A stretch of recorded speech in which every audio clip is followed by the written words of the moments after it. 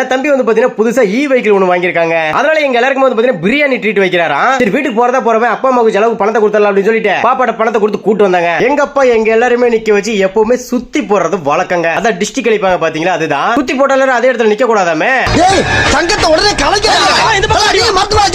இப்படி உங்க வீட்டுல பெரியவங்க உங்களுக்கு சுத்தி போடுவாங்க இல்லையா அப்படிங்கிற விஷயத்தை மறக்காம கமெண்ட்ல சொல்லிடுங்க. அது பிரியாணி 1/4 போட்டு வாங்கிட்டோம் அப்படின்னா இத்தனை பிரியாணி வாங்கி வச்சிருக்கேன் ஏன்டா அப்படின்னு சொல்லி கேட்டா வயிறார சாப்பிடுங்க அப்படின்னு சொல்றாங்க. என் தம்பி இத்தனை பிரியாணி என்னைக்கு சாப்பிட்டு முடிக்கிறது? நான் அந்த 1/4 போட்டுருப்பேன். 1/4 மீனிங் தெரியல உங்களுக்கு? தெரிஞ்சா கமெண்ட்ல சொல்லுங்க. பெரிய ஹோட்டலுக்கா கூட்டிட்டு போய் ட்ரீட் வைக்க சொல்லலாம் நினைச்சேன். சரி வேண்டாம், உழைக்கிற பையன் அவனுக்கு ரொம்ப செலவு வைக்க கூடாது இல்ல. சோ வந்து பாத்தீங்கன்னா 100 ரூபாய்க்கு 3 பிரியாணி தருவாங்கடா. அந்த கடைக்கு எதனா ஒன்னு போடா, அங்க போய் எல்லாரும் பிரியாணி வாங்கி விடான்னு சொல்லி அனுப்பிட்டாங்க. கூட எங்க அப்பா வந்து போட்டி வாங்கி வந்திருந்தாரு. அதை நாங்க எல்லாரும் சேர்ந்து போட்டி போட்டு சாப்பிட்டோங்க. பிரியாணி சாப்பிட்டாச்சு. ஃபைனலா வந்து ருத்திகா பாப்பாட்ட தாத்தா பாட்டி பணத்தை கொடுத்துரு சாமி அப்படின்னு சொல்லி சொன்னேன்.